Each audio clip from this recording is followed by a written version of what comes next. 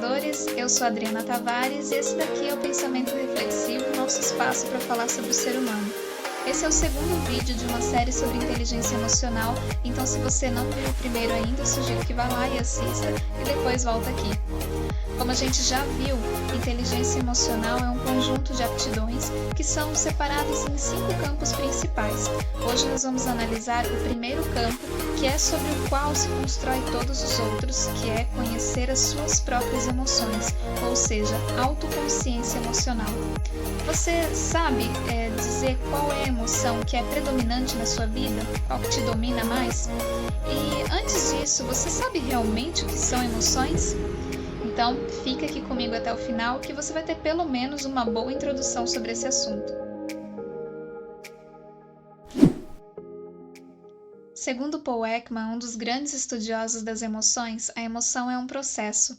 Durante toda a nossa vida, nós armazenamos memórias emocionais, que são de fatos ou eventos que, de alguma forma, afetaram o nosso bem-estar, tanto para melhor quanto para pior.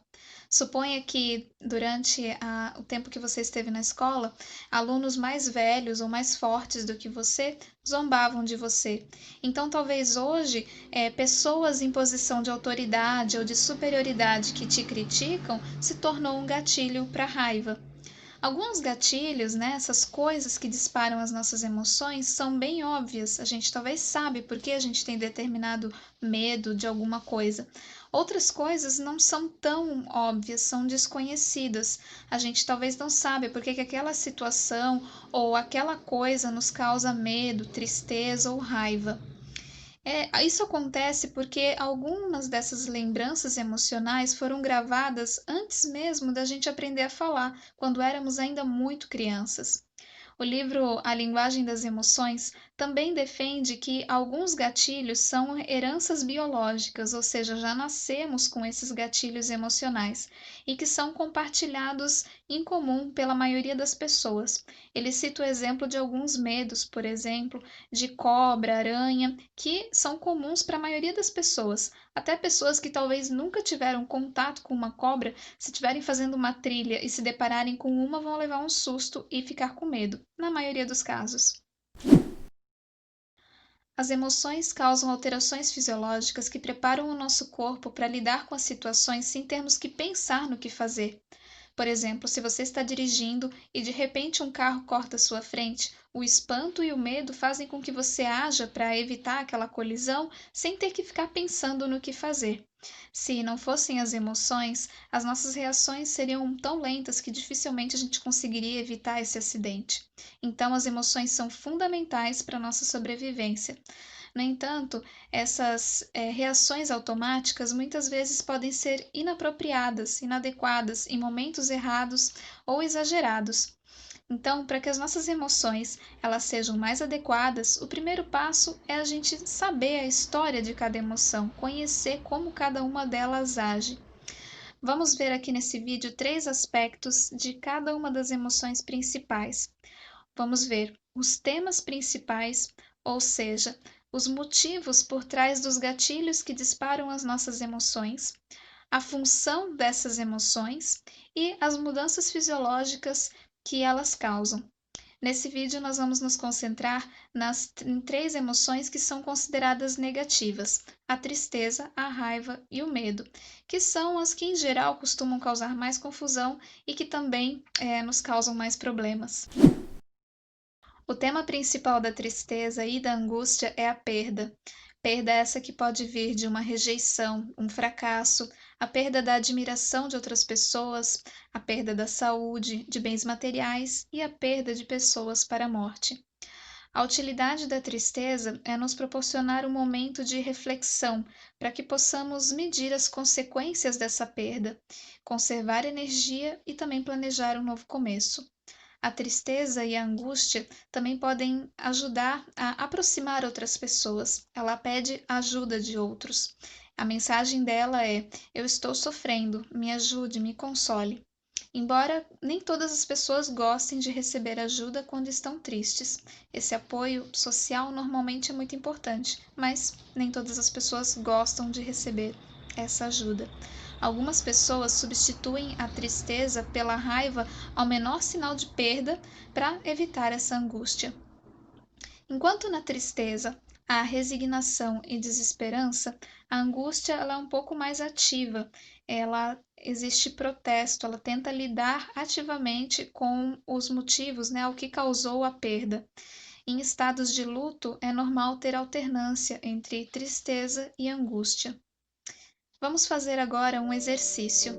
Eu quero que você olhe para essa foto e tente imitar a expressão facial que tem nela. Preste atenção especial na sobrancelha que está com o canto interno levemente puxado para cima. Agora você vai tentar imitar essa expressão. Você também pode baixar seus olhos em direção ao seu peito, se possível, curve um pouco as costas, deixe cair os ombros e faça essa expressão facial. Fica assim por alguns momentos e preste atenção no que você sente. Pessoas muito sensitivas, como eu, em poucos segundos já ficam com vontade de chorar. Se ainda não está sentindo, fica assim por mais algum tempo.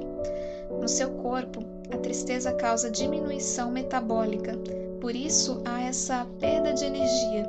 As pálpebras podem ficar pesadas, o fundo da garganta começa a doer.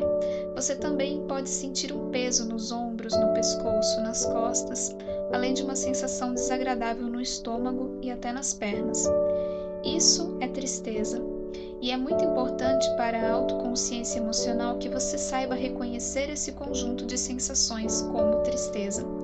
Agora, não fica na tristeza não, hein? Levanta a cabeça, corrige a postura e sorria. Perceba como os seus sentimentos mudam quase instantaneamente. É fácil se livrar da tristeza, né? Bom, quando a gente está realmente mergulhado nessa emoção, não é tão simples assim. Quando estamos muito emocionados, com muita tristeza, a gente, na verdade, não quer nem sair dela. Nós buscamos motivos, né, para confirmar essa tristeza. Nós queremos validar essa emoção. E aí buscamos cada vez mais motivos para permanecer nela.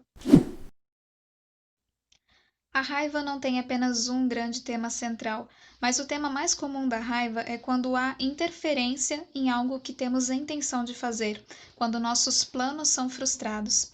A raiva previne a nós mesmos e a outros sobre essas coisas ou situações que estão nos frustrando, e isso pode conduzir a mudanças. É a raiva que nos faz querer mudar o mundo e promover a justiça. Parte da mensagem que nós devemos obter da nossa raiva é: o que está me deixando irritado? A raiva nos indica que algo precisa mudar, mas se queremos fazer mudanças efetivas, precisamos saber de fato o que está nos deixando com raiva. Foi uma interferência em algo que queríamos fazer? Uma ameaça de dano, uma ofensa à nossa autoestima? Uma rejeição, a raiva de uma outra pessoa, um ato errado que alguém cometeu? A nossa percepção estava certa ou a gente apenas estava num estado irritadiço? Tem alguma coisa que nós podemos fazer para eliminar ou reduzir esse descontentamento? A raiva raramente é isolada de outros sentimentos. Muitas vezes o medo precede a raiva. Outras vezes a raiva ela é mesclada com aversão, vergonha ou culpa. Em algumas situações, a raiva pode ser útil para nos livrar, né, ou reduzir o medo e nos dar energia, o impulso para lidar com alguma ameaça. A raiva, ela é prejudicial e perigosa porque ela carrega um impulso de ferir o objeto da nossa raiva. E isso normalmente é feito através de palavras, mas também, em muitos casos, com atos de violência. Em ambos os casos, ela pode ser muito destrutiva e causar muito arrependimento.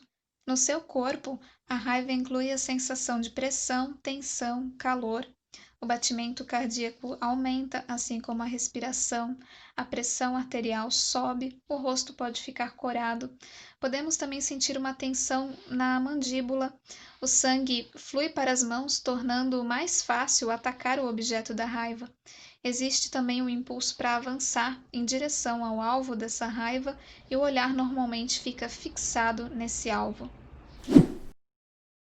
O tema do medo é o perigo de dano físico ou psicológico. Podemos aprender a sentir medo de praticamente qualquer coisa. Embora ninguém goste de sentir medo, a não ser que esteja numa montanha-russa ou assistindo a um filme, o medo é muito importante porque ele nos protege. Em seu corpo, o medo faz com que o sangue corra para os grandes músculos das pernas, principalmente, para facilitar a fuga. Ao mesmo tempo, o corpo pode ficar paralisado por alguns segundos para que possivelmente possa ser considerado a opção de, em vez de agir, correr e se esconder. Os circuitos emocionais também disparam hormônios que põem o corpo em alerta, tornando-o inquieto e pronto para agir. A atenção é fixada naquela ameaça. Existe uma diferença entre o medo de uma ameaça iminente, algo que está realmente acontecendo agora, que conduz a essa ação, ou o receio de algo que vai acontecer no futuro, que conduz a vigilância atenta e tensão muscular. A reação a uma ameaça imediata é analgésica, ou seja, diminui as sensações de dor. Já esse receio de um perigo futuro, ele aumenta a sensação de dor. Agora que você já entendeu o que são essas emoções, como você pode desenvolver a autoconsciência emocional? Bom, primeiramente, preste atenção em você mesmo. Tente identificar qual foi a verdadeira emoção que você sentiu naquele momento em que você estava emocionado. Preste atenção no seu corpo. É no corpo que acontecem as emoções e é nele que você vai sentir se aquilo era raiva, medo ou tristeza. Depois pense sobre as coisas que te perturbam. Vá além do fato em si. Tente entender por que aquele fato, aquela coisa te deixou triste, com raiva ou com medo. Será que aquela emoção foi realmente válida? Esse questionamento é muito importante porque as emoções elas mudam a nossa forma de ver o mundo e de interpretar as ações das outras pessoas. Se deixarmos no modo automático, nós não vamos entender por que aquilo nos deixou com raiva ou com medo ou tristes. Nós vamos querer validar, confirmar aquela emoção. Tendemos a ignorar qualquer conhecimento prévio que poderia desmentir o que estamos sentindo. Outra dica é fazer, pelo menos durante um tempo, um diário das suas emoções. Tente registrar todos os seus episódios emocionais. O que você sentiu naquele momento, como reagiu e, principalmente, o que aconteceu momentos antes dessa emoção, para que você comece a entender melhor quais são os gatilhos que disparam essa emoção em você. Fazendo isso repetidamente, você poderá reavaliar o que resultou naquela reação. Essa autoobservação permite que no momento em que você está emocionado, você tenha o pensamento autorreflexivo: o que eu estou sentindo agora é raiva, eu estou assim porque eu estou com raiva, ou eu estou com medo, ou eu estou triste agora. Você vai dar um nome para essa emoção. O livro Inteligência Emocional sugere que essa sutil mudança de atividade mental, ela avisa que a nossa razão está observando ou monitorando essas emoções. E esse é o primeiro passo para ter qualquer tipo de controle. E é sobre isso que nós vamos falar no próximo vídeo, sobre autocontrole, ou como lidar com as nossas próprias emoções. Se você quer desenvolver essa habilidade, já se inscreve aqui no canal e também compartilha esse vídeo. Com certeza, a sua vida vai ficar muito mais fácil se todas as pessoas à sua volta desenvolverem mais inteligência emocional.